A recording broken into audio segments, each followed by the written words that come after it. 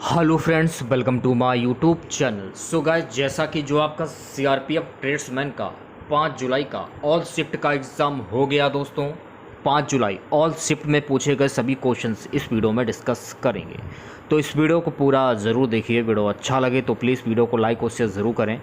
और जो भी हमारे नए बच्चे हैं, जिन बच्चों ने चैनल को सब्सक्राइब नहीं किया है, तो प्लीज़ चैनल को सब्सक्राइब करके नोटिफिकेशन बेल ऑन करना ना भूलें। तो चलिए वीडियो को स्टार्ट करते हैं। पहला क्वेश्चन गाइस पूछा गया था फर्स्ट शिफ्ट का कि जर्मनी में झंडा किसने पहली बार फहराया था। तो जर्मनी में झंडा पहली बार मैडम भीकाजी कामा ने फहराया था। इनके बारे में जान लीजिए। देखिए, ये जो मैडम भीकाजी कामा हैं, यह विदेशी धरती पर भारत का झंडा फहराने वाली पहली महिला थीं। और 1907 में जर्मनी के स्टटगार्ट में अंतर्राष्ट्रीय समाजवादी सम्मेलन में तिरंगा झंडा फहराया गया था। तिरंगे में हरा, केसरिया और लाल रंग की धारियाँ थीं। मैडम भीकाजी कामा द्वारा फहराया गया झंडा इंदुलाल याग्निक द्वारा ब्रिटिश भारत में तस्करी कर लाया गया था। अब पुणे में मराठा और केसरी पुस्तकालय में प्रदर्शित है। उन्होंने वंदे मातरम नाम से एक अखबार भी शुरू किया। तो देखिए, यहाँ से क्वेश्चन और बन जाता है, अगर पेपर में पूछा जाए कि वंदे मातरम नाम से अखबार किसने शुरू किया था, तो मैडम भीकाजी कामा ने शुरू किया था। अगला क्वेश्चन गाइस पूछा गया था कि टेरिकोटा किस सिंधु घाटी सभ्यता में मिलता है। देखिए, टेरिकोटा जो है ये बनावली सिंधु घाटी सभ्यता में मिलता है। हम बात कर रहे हैं हड़प्पा की। देखिए, हड़प्पा सभ्यता में हल के जो टेरिकोटा मॉडल की खुदाई की गई थी। बनावली जो है ये हरियाणा के हिसार जिले में स्थित है। ये भी फैक्ट आपको ध्यान में रखना है। दूसरी बात, सिंधु घाटी सभ्यता की स्थापना लगभग 3300 ईसा पूर्व में हुई थी। ये भी आपको ध्यान रखना है। यह 2600 ईसा पूर्व और 1900 ईसा पूर्व परिवक्त सिंधु घाटी सभ्यता के बीच फूली फली। यह 1900 ईसा पूर्व के आसपास घटने लगी और 1400 ईसा पूर्व के आसपास लुप्त हो गई। यह भी फैक्ट आपको ध्यान में रखना है। सो गाइस, अगला क्वेश्चन पूछा गया था कि पद्म सुब्रमण्यम निम्नलिखित में से किस नृत्य से संबंधित है। देखिए, पद्म सुब्रमण्यम जो हैं ये भरतनाट्यम से संबंधित हैं। दूसरी बात, भरतनाट्यम नृत्य की उत्पत्ति का पता सदिर से लगाया जा सकता है। तमिलनाडु से मंदिर नर्तक या देवदासियों का एकल नृत्य भरतनाट्यम को दसी अष्टम के नाम से भी जाना जाता है। यह भी फैक्ट आपको ध्यान में रखना है कि भरतनाट्यम को दसी अष्टम के नाम से भी जाना जाता है। गाइस, अगला क्वेश्चन पूछा गया था फरवरी 2022 में बेंगलुरु में सुपर कंप्यूटर का नाम क्या है। तो फरवरी 2022 में बेंगलुरु में सुपर कंप्यूटर का नाम है परम प्रवेगा। IISc बेंगलुरु को मिला भारत का सबसे शक्तिशाली कंप्यूटर परम प्रवेगा था। एक क्वेश्चन गाइस पूछा गया था कि मानव विकास के अनुसार रिपोर्ट 2020 के अनुसार भारत की कीच जन्म जीवन प्रत्याना 12 वर्ष की वृद्धि हुई। इसकी वृद्धि हुई थी 1980 में। इसके बारे में जान लीजिए आप लोग। मानव विकास सूचकांक रिपोर्ट 2020 के अनुसार भारत 189 देशों और क्षेत्रों में से 131वें स्थान पर है। ये भी फैक्ट आपको ध्यान रखना है। मानव विकास सूचकांक रैंकिंग 2020 के अनुसार जन्म के समय भारत की जीवन प्रत्याशा वर्ष 69.7 वर्ष है। ये भी फैक्ट आपको ध्यान में रखना है। अगला क्वेश्चन गाइस पूछा गया था केसरिया स्तूप जो ये कहाँ पर स्थित है। तो केसरिया स्तूप बिहार में स्थित है। बौद्ध स्तूप मोतिहारी के पास केसरिया में स्थित यह विश्व का सबसे बड़ा बुद्ध स्तूप माना जाता है। ये भी फैक्ट आपको ध्यान में रखना है। सो गाइस, अगला क्वेश्चन पूछा गया था कि महात्मा गांधी ने भारत में सबसे पहले आंदोलन कहाँ पर शुरू किया था। तो महात्मा गांधी ने भारत में सबसे पहले आंदोलन चंपारण बिहार में शुरू किया था। महात्मा गांधी के नेतृत्व में पहला सत्याग्रह आंदोलन चंपारण सत्याग्रह था। इसकी शुरुआत 1971 में बिहार के चंपारण जिले से हुई थी। यह सत्याग्रह ब्रिटिश नील नीति के विरुद्ध विद्रोह था। किसानों को नील की फसल उगाने और कम कीमत पर बेचने के लिए मजबूर होना पड़ा। ऐसे ही एक उत्पीड़ित नील किसान आंदोलन पंडित राजकुमार शुक्ल के अनुरोध पर गांधी जी चंपारण पहुंचे थे। तो देखिए, गांधी जी के साथ कौन कौन थे। बाबू राजकिशोर प्रसाद, डॉक्टर अनुराग नारायण सिन्हा, डॉक्टर राजेंद्र प्रसाद। सत्याग्रह शब्द का प्रयोग पहली बार रॉलेट एक्ट विरोधी आंदोलन में किया गया था। यह भी फैक्ट आपको ध्यान में रखना है। अगला क्वेश्चन गाइस पूछा गया था कि भावैया लोकगीत किस राज्य का लोकगीत है। देखिए, भावैया लोकगीत जो है ये पश्चिम बंगाल का लोकगीत है। इसके बारे में जान लीजिए। भवैया पश्चिम बंगाल में लोकप्रिय लोक संगीत का एक संगीत रूप है। पश्चिम बंगाल के दार्जिलिंग और उत्तरी दिनाजपुर जिले के हिस्से कूच बिहार, जलपाईगुड़ी में इसका प्रचलन है। ये भी फैक्ट आपको ध्यान में रखना है। अगला क्वेश्चन गाइस पूछा गया, भवाई किस राज्य का लोक नृत्य है? तो देखिए भवाई जो है ये राजस्थान राज्य का लोक नृत्य है। कुछ लोक नृत्य और राज्य देख लीजिए, जैसे कि थीमसा, थीमसा लोक नृत्य जो है ये आंध्र प्रदेश का लोक नृत्य है। और गिद्दा परिहोन, गिद्दा परिहोन ये हिमाचल प्रदेश का लोक नृत्य है। भवाई राजस्थान का लोक नृत्य है। फाग ये हरियाणा का लोक नृत्य है। गरबा गुजरात का लोक नृत्य है। लावड़ी महाराष्ट्र का लोक नृत्य है। ये भी फैक्ट आपको ध्यान में रखना है। अगला क्वेश्चन देखेगा, नेक्स्ट क्वेश्चन पूछा गया था, शरीर में वृद्धि, मरम्मत और ऊर्जा के लिए क्या आवश्यकता है? तो शरीर में वृद्धि और मरम्मत और ऊर्जा के लिए पोषक तत्व आवश्यक हैं। पोषक तत्वों को बृहत पोषक और सूक्ष्म पोषक के रूप में वर्गीकृत किया गया है। नेक्स्ट क्वेश्चन गाइस पूछा गया था, निम्नलिखित में से कौन सा मठ केंद्र शासित प्रदेश में स्थित है? लद्दाख मठ जो है ये केंद्र शासित प्रदेश में स्थित है। हेमिस लद्दाख में एक द्रुक्पा वंश हिमालयी बौद्ध मठ है जिसे हेमिस मठ कहा जाता है। इसे 1672 में लद्दाखी राजा सिगगे नामग्याल द्वारा पुनर्स्थापित किया गया था। ये भी फैक्ट आपको ध्यान में रखना है। और यह लेह से 45 किलोमीटर पर स्थित है। ये भी फैक्ट आपको ध्यान में रखना है। अगला क्वेश्चन गाइस पूछा गया, दक्षिण पश्चिम रेलवे का मुख्यालय कहाँ पर है? तो दक्षिण पश्चिम रेलवे का मुख्यालय कर्नाटक राज्य के हुबली शहर में स्थित है। यह 1 अप्रैल 2030 से कर्नाटक राज्य में हुबली में मुख्यालय है। ये भी फैक्ट आपको ध्यान में देना है, ठीक है। नेक्स्ट क्वेश्चन पूछा गया, दक्षिण पूर्वी रेलवे का मुख्यालय कहाँ पर स्थित है? ये क्वेश्चन था। तो देखिए दक्षिण पूर्वी रेलवे का मुख्यालय गार्डन रिज कोलकाता में है। भारतीय रेलवे के 17 जोनों में इसे बांटा गया है। ये भी फैक्ट आपको ध्यान रखना है। सैन्य क्षेत्रों को आगे मंडल में विभाजित किया गया है। वर्तमान में 17 परिचालन रेलवे जोन है। ये भी फैक्ट आपको ध्यान में रखना है। दूसरी बात, भारतीय रेलवे के वर्तमान सीईओ की बात करें तो वर्तमान रेलवे के वर्तमान सीईओ हैं वीके त्रिपाठी।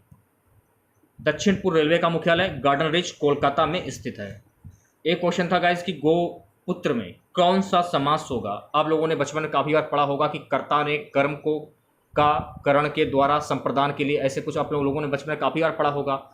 तो इसमें क्या पूछा है कि गोपुत्र यानी कि गो का पुत्र, कर्ता ने कर्म को का, कर्ता ने कर्म को का यानी कि गो का पुत्र। तो गो अलग हो गया और पुत्र अलग हो गया, तो कर्ता ने कर्म को, तो यहाँ हो जाएगा तत्पुरुष समास। ये ट्रिक आपको ध्यान देनी है, ठीक है, याद कर लीजिएगा आप लोग। अगला क्वेश्चन था, दुख का पर्यायवाची शब्द क्या होगा? देखिए दुख का पर्यायवाची शब्द होता है व्यथा, कलेश, पीड़ा, कष्ट, संताप, वेदना। एक क्वेश्चन का पूछा गया था कि मैडम एच.पी. व्लास्की किससे जुड़े हुए थे? तो देखिए मैडम एच.पी. व्लास्की जो है थियोसॉफिकल सोसाइटी से जुड़ी हुई थी। तो थियोसॉफिकल आंदोलन के बारे में जान लीजिए आप लोग। पश्चिमी देशों के एक समूह ने मैडम एच.पी. व्लास्की 1831 से 1891 और कर्नल एम.एस. ऑलकॉट जो भारतीय विचार और संस्कृत से प्रेरित थे ने 1875 में संयुक्त राज्य अमेरिका के न्यूयॉर्क शहर में थियोसॉफिकल सोसाइटी की स्थापना की थी। नेक्स्ट क्वेश्चन पूछा गया था 1592 तक लिखित में से किस मनसबदार ने उड़ीसा को मुगल शासन के अधीन कर लिया था? राजा मानसिंह के नेतृत्व, राजा मानसिंह आपका करेक्ट आंसर हो जाएगा, में मुगल सेना ने उड़ीसा के शासक निसार खां पर आक्रमण कर आत्मसमर्पण के लिए विवश किया, परंतु अंतिम रूप से उड़ीसा को 1592 ईस्वी में मुगल साम्राज्य के अधीन किया गया। एक क्वेश्चन पूछा गया था 17वीं 18वीं शताब्दी में किसने 25% का कर लगाया था? 17वीं 18वीं शताब्दी में मुगलों की ओर से औरंगजेब ने 25% का कर लगाया था। एक क्वेश्चन था गाइस कि 17वीं 18वीं शताब्दी में राजस्व कर किसने लगाया? तो 17वीं 18वीं शताब्दी में अफगानियों ने, मराठों ने, मुगलों ने, जाटों ने कर लगाया था। एक क्वेश्चन था उत्तरी पूर्वी मानसून सर्दी में किस क्षेत्र में वर्षा होती है? तो उत्तर पूर्वी मानसून सर्दियों में तमिलनाडु क्षेत्र में वर्षा होती है। उत्तर पूर्व मानसून जिसे आमतौर पर सर्दियों के मानसून के रूप में जाना जाता है, जो भूमि से समुद्र की ओर बहती है, और दक्षिण पश्चिम मानसून ठीक इसके विपरीत होता है, जिसे गर्मियों के मानसून के रूप में जाना जाता है, जो समुद्र से भूमि की ओर बहती है। दूसरी बात, उत्तर पूर्व मानसून आमतौर पर अक्टूबर से मार्च के महीने में होता है, हालांकि यह हर साल बदल जाता है। उत्तर पूर्व मानसून को निर्वतनी मानसून कहा जाता है। ये भी फैक्ट आपको ध्यान में देना है, ठीक है। नेक्स्ट क्वेश्चन था कि लेन देन का समास विग्रह क्या होगा? अब देखिए बीच में योजक चिन्ह आपको दिख रहा होगा, तो जहाँ पर योजक चिन्ह होता है वहाँ पर द्वंद्व समास होता है, और जो संख्यावाचक शब्द होता है जैसे कि चौराहा, 4 राहों का समूह, 9 ग्रह, 9 ग्रहों का समूह, तो ये आपके का संख्यावाची शब्द हो गया, तो यहाँ हो जाता है द्विगु समास। ये भी फैक्ट आपको ध्यान में देना है, ठीक है। लूनी नदी किस क्षेत्र में है? देखिए लूनी नदी जो है ये राजस्थान में है, ये आपको ध्यान देना है, ठीक है। अगला क्वेश्चन गाइस पूछा गया था कि मानव विकास सूचकांक 2020 के अनुसार किस वर्ष जीवन प्रत्याशा में 12 वर्ष की वृद्धि हुई थी? 1980, 2005, 1970, 1975 में 12 वर्ष की वृद्धि हुई थी। जानने की इच्छा रखने वाले को क्या कहते हैं? तो जानने की इच्छा रखने वाले को जिज्ञासु कहते हैं। एक क्वेश्चन था भूभाग में रहने वालों के लिए मौलिक अधिकार किस श्रेणी के अंतर्गत आता है? नेक्स्ट क्वेश्चन गाइस पूछा गया था कि 2020 में प्रधानमंत्री नरेंद्र मोदी ने एयरफोर्स के बेड़े में किसको शामिल किया था? तो 2020 में प्रधानमंत्री नरेंद्र मोदी ने एयरफोर्स के बेड़े में राफेल को शामिल किया था। राफेल जेट का पहला जत्था 29 जुलाई 2020 को पहुंचा था भारत। भारतीय वायुसेना ने औपचारिक रूप से इन फाइटर जेट्स को अपने बेड़े में 10 सितंबर को शामिल किया था। अगला क्वेश्चन गाइस पूछा गया था कि आंध्र प्रदेश और तेलंगाना के लोक नृत्य सवाई पालू में किस वाद्य यंत्र का उपयोग किया जाता है? एक क्वेश्चन था रंगदम मठ कौन से केंद्र शासित प्रदेश का लोक नृत्य है? तो रंगदम मठ जो है ये लद्दाख केंद्र शासित प्रदेश का लोक नृत्य है। क्वेश्चन था कि तिब्बती कैलेंडर के अनुसार 10वें महीने के 28वें और 29वें दिन खालिस्तान में प्रतिवर्ष मनाया जाने वाला एक प्रथागत नृत्य उत्सव का एक नृत्य है। ये इसका आंसर हो जाएगा सिक्किम। इस नृत्य के बारे में एक्स्ट्रा फैक्ट जान लीजिए, महत्वपूर्ण पॉइंट। देखिए कायत नृत्य एक प्रथागत नृत्य उत्सव है जो सिक्किम में प्रतिवर्ष मनाया जाता है, जो तिब्बती कैलेंडर के अनुसार 10वें महीने के 28वें और 29वें दिन पड़ता है, जो अंग्रेजी कैलेंडर के अनुसार दिसंबर के महीने में आता है। ये फैक्ट आपको ध्यान में रखना है। यह नृत्य बुरी ताकतों के विनाश और सिक्किम में शांति और समृद्धि की प्रबलता का प्रतीक है। एक क्वेश्चन गाइस पूछा गया था आईपीआरडी हिंद प्रशांत क्षेत्रीय संवाद का चौथा संस्करण किसने शुरू किया? तो आईपीआरडी हिंद प्रशांत क्षेत्रीय संवाद का चौथा संस्करण नौसेना ने शुरू किया। अगर इसके फुल फॉर्म की अगर हम बात करें तो आईपीआरडी का फुल फॉर्म होता है information and public relation department. 4 नवंबर 2019 को 14वें पूर्वी एशिया शिखर सम्मेलन EAS में बैंकॉक में प्रधानमंत्री नरेंद्र मोदी द्वारा इस विषय को व्यक्त किया गया था। एक क्वेश्चन देखिए आपका हिंदी का पूछा गया था कि भ्राता का पर्यायवाची शब्द क्या होता है? तो देखिए भ्राता का पर्यायवाची शब्द होता है भ्राता, भाई, सहोदर, अग्रज, अनुज, बंधु। अगला क्वेश्चन पूछा गया था गरीब व्यक्ति की विशेषता नहीं है। 4 ऑप्शन थे कर्ज का जाल, बड़े परिवार, खराब शुद्धता, लैंगिक समानता। तो आंसर हो जाएगा आपका लैंगिक समानता।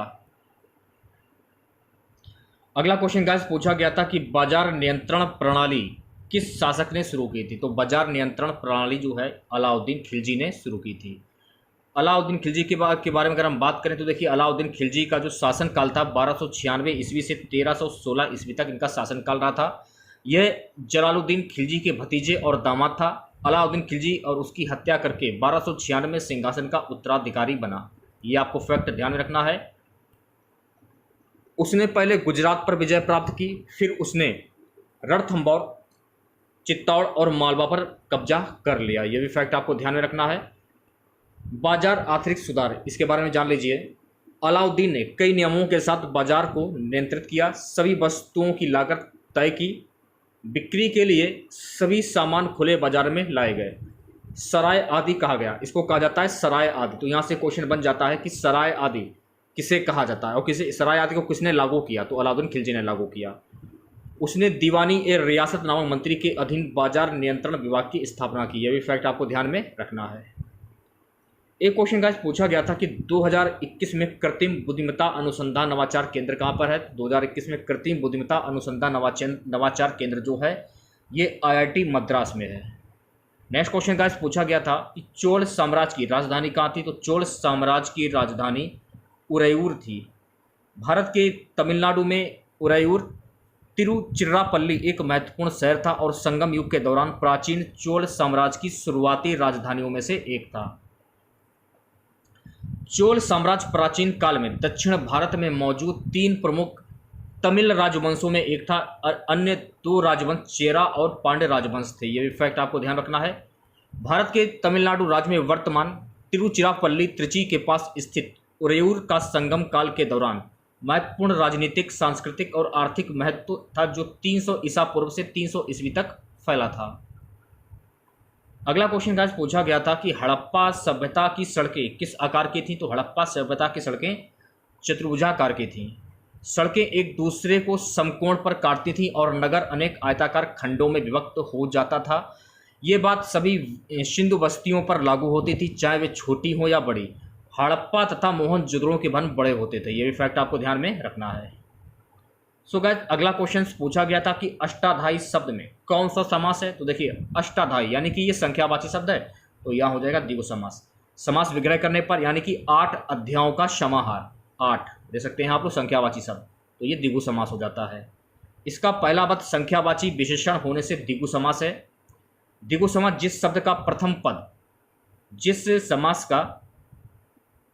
शब्द का प्रथम पद पहला शब्द गिनती, गणना अथवा व्यक्ति, वस्तु, पदार्थ या अन्य किसी की संख्या या समूह का बोध कराता हो, तो ऐसे शब्द को द्विगु समास कहा जाता है। तो मैंने आप लोगों को क्या बताया है कि संख्यावाची शब्द, अब कुछ भी याद नहीं करना है, बस संख्यावाची दिमाग में रख लीजिए। संख्यावाची शब्द हो वहां पर आपका द्विगु समास होता है। जैसे कि मान लीजिए दोपहर, 2 पहरों का समूह, देखिए संख्यावाची शब्द है। शताब्दी, 100 सालों का समूह, दे सकते हैं आप लोग संख्यावाची है 100 सालों। पंचतंत्र, 5 तंत्रों का समाहार, 5 निकल रहा है इसमें। सप्ताह, 7 दिनों का समूह, तो सभी ये हो जाएंगे आपके द्विगु समास।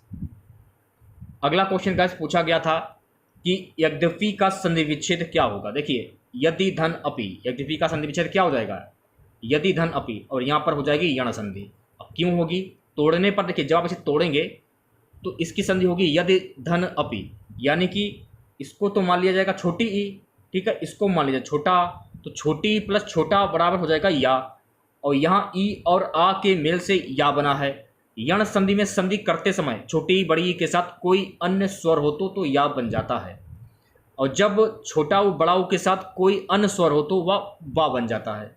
जब री के साथ कोई अन्य स्वर हो तो रा बन जाता है। ये भी फैक्ट आपको ध्यान में रखना है। एक क्वेश्चन देखिए पूछा गया था UNPP किस आयाम पर माप की जाती है। नेक्स्ट क्वेश्चन गाइस पूछा गया था कि कर्नाटक संगीत वाद्य इनमें से नहीं है। देखिए तानपुरा कर्नाटक संगीत वाद्य यंत्र के बारे में जान लीजिए आप लोग। तो तानपुरा वाद्य यंत्र का उपयोग मुख्य रूप से हिंदुस्तानी और कर्नाटक संगीत दोनों में किया जाता है। यह धुन नहीं बजाता बल्कि गायक या किसी अन्य वाद्य का समर्थन करता है। यह एक ड्रोन वाद्य यंत्र है, यह भी फैक्ट आपको ध्यान रखना है। यह एक सितार जैसा दिखता है क्योंकि इसमें कोई परत नहीं होती है। यह टॉनिक के लिए 4 तार है, यह भी फैक्ट आपको ध्यान में रखना है। 3 मुख्य शैलियां हैं, मेरा शैली, तंजोर शैली और छोटे वाद्य संस्करण को कभी कभी तंबूरी भी कहा जाता है। यह भी फैक्ट आपको ध्यान में रखना है। भारत का सबसे साक्षरता वाला जो जिला है वो कौन सा है। तो भारत का सबसे साक्षरता वाला जिला है सिरछिप, यह आपको ध्यान रखना है। मिजोरम का सिरछिप भारत का सबसे अधिक साक्षर वाला जिला है। मध्य प्रदेश का अलीराजपुर भारत का सबसे कम साक्षर वाला जिला है। तो देखिए अगर पूछा जाए कि सबसे कम साक्षर वाला जिला कौन सा है तो मध्य प्रदेश, और सबसे ज़्यादा साक्षर वाला जिला कौन सा है, मिजोरम का सिरछिप, यह भी आपको ध्यान रखना है। और लक्षद्वीप 91.85% साक्षरता दर के साथ भारत का सबसे साक्षर केंद्र शासित प्रदेश है। यह भी फैक्ट आपको ध्यान रखना है। वही अगर मैं दादरा नगर हवेली की बात करूं तो दादरा नगर हवेली 76.24% साक्षरता दर के साथ भारत में सबसे कम साक्षर केंद्र प्रदेश है। यह भी फैक्ट आपको ध्यान रखना है। देश में राष्ट्रीय साक्षरता दर 74.04% है। पुरुषों में साक्षरता दर 82.14% है। महिलाओं में साक्षरता दर 65.46% है। केरल ने 93.91% साक्षरता दर के साथ शीर्ष स्थान बरकरार रखा है। वहीं बिहार की अगर हम बात करें तो बिहार 63.8% साक्षरता दर के साथ समग्र श्रेणी में अंतिम स्थान पर है। यह भी फैक्ट आपको ध्यान में रखना है। एक क्वेश्चन पूछा गया था कि कामदेव का पर्यायवाची शब्द क्या होता है। देखिए कामदेव का पर्यायवाची शब्द होता है मदन, काम, करदप, मनोज, स्मर, मीनकेतु, मनसिज, मार, रतिपति, ममनत, अनंग, सबरारी, कुशमेश और पुष्पधनवा। ये भी आपको ध्यान में रखना है। ये सभी शब्द जो हैं आपके कामदेव के पर्यायवाची शब्द हो जाएंगे। अगला क्वेश्चन पूछा गया बिना पत्ते वाले पौधे भोजन कहाँ से बनाते हैं। मिट्टी में कुछ खनिज पदार्थ और जल तथा वायु से कार्बन डाइऑक्साइड लेकर सूर्य के प्रकाश की उपस्थिति में क्लोरोफिल की सहायता से अपना भोजन बनाते हैं। एक क्वेश्चन पूछा गया था गाइस कि रणथंभौर मंदिर कहाँ है और किसने बनवाया था। देखिए रणथंभौर का जो मंदिर है ये राजा हमीर ने बनवाया था, इसके बारे में जान लीजिए। तो राजस्थान के सवाई माधोपुर से लगभग 10 किलोमीटर दूर रणथंभौर के किले में बना गणेश मंदिर भगवान को चिट्ठी भेजे जाने के लिए जाना जाता है। यहाँ के लोग घर में कोई भी मंगल कार्य करते तो रणथंभौर वाले गणेश जी के नाम कार्ड भेजना नहीं भूलते। यह मंदिर 10वीं सदी में रणथंभौर के राजा हमीर ने बनवाया था। एक क्वेश्चन गाइस पूछा गया, जो उपकार को ना मानता हो, तो जो उपकार को नहीं मानता उसको कहते हैं कृतघ्न। जो स्वयं खाना बनाने वाला, तो स्वयं खाना बनाने वाला स्वयं पाकी कहते हैं इसको हम। अगला क्वेश्चन पूछा गया था कि वाक्यांश में जो कुछ ना जानता हो, तो वाक्यांश में जो कुछ ना जानता हो उसको कहते हैं अज्ञ। एक क्वेश्चन गाइस पूछा गया था शेरशाह सूरी से कि शेरशाह सूरी ने 1540 में कौन सा युद्ध लड़ा था। तो शेरशाह सूरी ने 1540 में बिलग्राम का युद्ध लड़ा था। तो बिलग्राम का जो युद्ध हुआ उसके बारे में जान लीजिए। 1540 में बिलग्राम का युद्ध हुमायूं और शेरशाह सूरी के बीच हुआ था। बिलग्राम का युद्ध में शेरशाह सूरी ने हुमायूं को हराया था। चौसा का युद्ध 26 जून 1539 को हुआ था। मुगल सम्राट हुमायूं और शेरशाह सूरी शेर खान के बीच हुआ था। ये भी आपको फैक्ट ध्यान रखना, जिसमें शेरशाह सूरी ने हुमायूं को युद्ध में हराया था। शेरशाह सूरी ने 17 मई 1540 को कन्नौज के युद्ध में हुमायूं को हराया था। ये भी फैक्ट आपको ध्यान में रखना है। अगला क्वेश्चन गाइस पूछा गया था काली मिट्टी किस क्षेत्र में पाई जाती है। देखिए काली मिट्टी मुख्यतः महाराष्ट्र, कर्नाटक, गुजरात और मध्य प्रदेश में पाई जाती है और इस मिट्टी में मैग्नीशियम, चूना, लौह तत्व तथा कार्बनिक पदार्थों की अधिकता होती है। अगला क्वेश्चन गाइस पूछा गया था आर्य समाज के संस्थापक कौन थे। तो आर्य समाज के संस्थापक स्वामी दयानंद सरस्वती थे। आर्य समाज भारत में एक एकस्वरवादी हिंदू सुधार आंदोलन था जो वेदों के अचूक अधिकार में विश्वास के आधार पर सिद्धांतों और प्रथाओं को बढ़ावा देता है। महर्षि दयानंद सरस्वती ने 10 अप्रैल 1875 को आर्य समाज की स्थापना की थी। ये फैक्ट आपको ध्यान में रखना है, ठीक है। आर्य समाज इस मान्यता का पालन करता है कि केवल एक ही ईश्वर है और उसकी मूर्ति पूजा उचित नहीं है। आर्य समाज अभियोजन को बढ़ावा देने वाला पहला हिंदू संगठन था। अगला क्वेश्चन गाइस पूछा गया था कि मानव विकास सूचकांक का मूल आयाम क्या होता है। तो देखिए मानव विकास सूचकांक का मूल आयाम होता है आधारभूत आयाम शिक्षा, स्वास्थ्य व जीवन स्तर। अगला क्वेश्चन गाइस पूछा गया गांधी जी का पहला आंदोलन कौन सा था। तो गांधी जी का पहला आंदोलन चंपारण सत्याग्रह था। महात्मा गांधी के नेतृत्व में बिहार के चंपारण जिले में सन 1917 को एक आंदोलन हुआ। इसे चंपारण सत्याग्रह के नाम से जाना जाता है। गांधी जी के नेतृत्व में भारत में किया गया यह पहला सत्याग्रह था। और एक है असहयोग आंदोलन, इसके बारे में जान लीजिए आप लोग। देखिए असहयोग आंदोलन गांधी जी के नेतृत्व में आयोजित पहला जन आंदोलन था। यह भी फैक्ट आपको ध्यान में रखना है। 1920-21 में गांधी द्वारा असहयोग आंदोलन का आह्वान करते हुए महिलाओं को आंदोलन में भाग लेने के लिए बाहर आना पड़ा। असहयोग आंदोलन के दौरान महिलाओं ने शराब की दुकानों पर धरना दिया और उर्मिला देवी, सुनीति देवी प्रसिद्ध महिला आयोजक थीं। 4 सितंबर 1920 को कांग्रेस के कलकत्ता अधिवेशन में असहयोग आंदोलन का प्रस्ताव पारित किया गया था। यह भी फैक्ट आपको ध्यान में रखना है। अगला क्वेश्चन गाइस पूछा गया था कि 86वां संविधान संशोधन के द्वारा संविधान में क्या जोड़ा गया है। तो करेक्ट आंसर हो जाएगा अनुच्छेद 21A। तो अनुच्छेद 21 में राजू 6 से 14 वर्ष की आयु के सभी बच्चों को निःशुल्क और अनिवार्य शिक्षा प्रदान करेगा। इसमें केवल प्रारंभिक शिक्षा को मौलिक अधिकार बना दिया है, लेकिन उच्च शिक्षा और पेशेवर शिक्षा को नहीं। अगला क्वेश्चन पूछा गया था कोकिला के नाम से किसे जाना जाता है। तो कोकिला के नाम से सरोजिनी नायडू को जाना जाता है। इसके बारे में जान लीजिए, महत्वपूर्ण पॉइंट। सरोजिनी नायडू भारतीय राष्ट्रीय कांग्रेस की अध्यक्ष बनने वाली और भारतीय राज्य गवर्नर नियुक्त होने वाली पहली भारतीय महिला थी। यही आपको फैक्ट ध्यान रखना है। इन्हें भारत की कोकिला कहा जाता था। उनकी पहली कविता द गोल्डन थ्रेशोल्ड 1905, उसके बाद द वर्ड ऑफ टाइम 1912 थी और 1914 में उन्हें रॉयल सोसाइटी ऑफ लिटरेचर का साथी चुना गया। ये भी फैक्ट आपको ध्यान में रखना है। उनकी संग्रहित कविताएं जिनमें से सभी उन्होंने अंग्रेजी में लिखी थी, द स्ट्रेट फ्लूट 1928 और the feather of the dawn 1961 शीर्षक के तहत प्रकाशित हुई थी। एक क्वेश्चन गाइस पूछा गया था एक सर्किल की रेडियस 24 सेंटीमीटर है, उसे पिघलाकर 12 सेंटीमीटर वाले सर्किल में डाला जाता है, तो उसके कितने सर्किल बनेंगे। कुल 8 सर्किल बनेंगे। अगला क्वेश्चन पूछा गया था कि बौद्ध धर्म के गुंबद के ऊपर क्या होता है। तो बौद्ध धर्म के गुंबद के ऊपर कांगेट नृत्य होता है। ठीक है, तो आज के इस वीडियो में बस इतना ही। आशा करते हैं कि आज का वीडियो आप लोगों को पसंद आया होगा। वीडियो अच्छा लगे तो प्लीज़ वीडियो को लाइक और शेयर जरूर करें। जो भी हमारे नए बच्चे हैं, जिन बच्चों ने चैनल को सब्सक्राइब नहीं किया है, तो प्लीज़ चैनल को सब्सक्राइब करके नोटिफिकेशन बेल ऑन करना ना भूलें। मिलते हैं नेक्स्ट वीडियो के साथ। जय हिंद, जय भारत।